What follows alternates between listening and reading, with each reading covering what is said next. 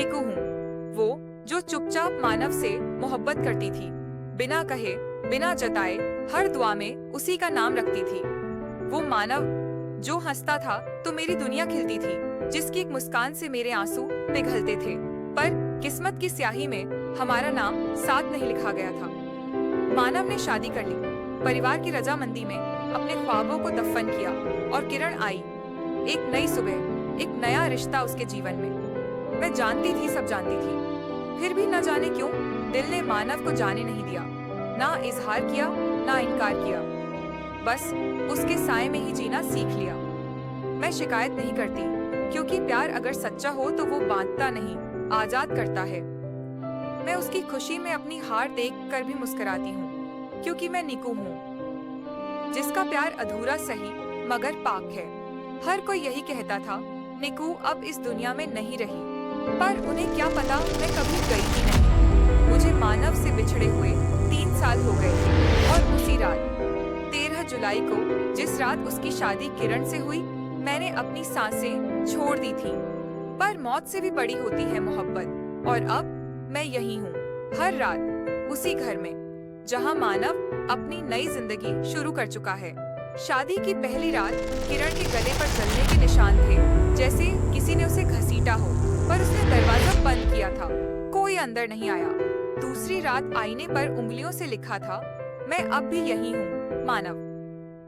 मानव समझता रहा कि ये उसका वहम है, पर किरण की आंखों में डर उतरता जा रहा था। एक दिन मानव को उसके पुराने कमरे की अलमारी के पीछे एक डायरी मिली, निकू की डायरी, पर वो आखिरी पन्ना जो कभी किसी ने नहीं पढ़ा था। अगर मानव मुझसे अलग हुआ तो मैं वापस आऊंगी, या तो वो मेरा होगा या किसी का नहीं।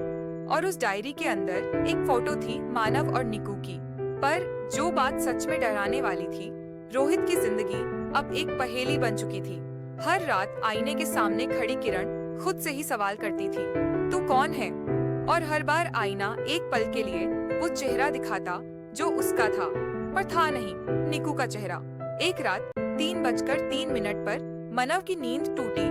किरण बिस्तर पर नहीं थी। उठकर देखा, वो बेडरूम के कोने में आईने के सामने खड़ी थी, बाल बिखरे हुए, आंखें लाल और होठों से बस एक शब्द बार बार, निकू निकू निकू। मानव ने जब उसके कंधे पर हाथ रखा, आईना टूट गया, पर उसके टुकड़ों में जो दिखा वो किसी का अक्स नहीं था, वो निकू का वीडियो था, मरने से ठीक पहले का। आईने में दिखा कि निकू ट्रेन की पटरी पर बैठी थी, हवा में बाल उड़ रहे थे और उसकी आवाज, अगर मेरी रूह भटकती रही तो मैं अपने हिस्से का प्यार किसी और को नहीं लेने दूंगी। किरण दिन में ठीक रहती, पर रात को वो निकू बन जाती, आंखें बदल जाती, चाल बदल जाती। और एक दिन उसने खुद मानव से कहा, तू मेरा है, था और रहेगा। अब मैं खुद को नहीं रोक पा रही, मानव, निकू मुझ में जाग रही है। मानव डर गया और अगले ही दिन एक तांत्रिक को बुलाया। उसने सिर्फ एक बात कही, तू 2 औरतों से प्यार नहीं कर रहा, बल्कि एक ही रूह के 2 टुकड़ों से खेल रहा है।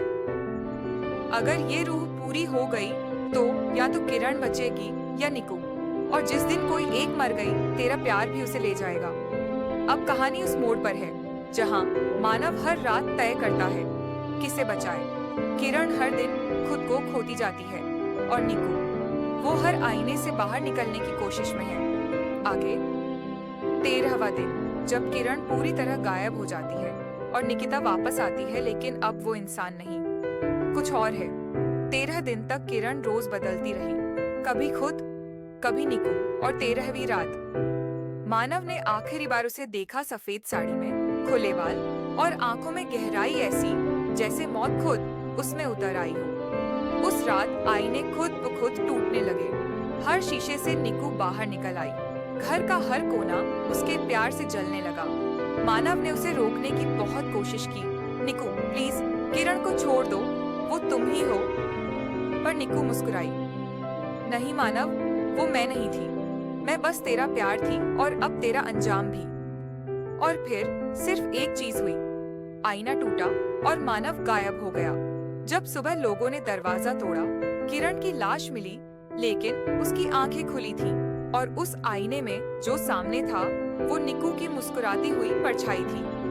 अब वो घर बिक चुका है, लेकिन कहते हैं हर 13वीं रात को वो आईना फिर से जुड़ जाता है और उसमें एक लड़का दिखता है जो कहता है, किरण, मैं आ गया। कहानी खत्म। लेकिन अगर कभी आईने में अपनी परछाई तुम्हारी नहीं लगी तो समझ जाना, शायद कोई और तुम्हें देख रहा है।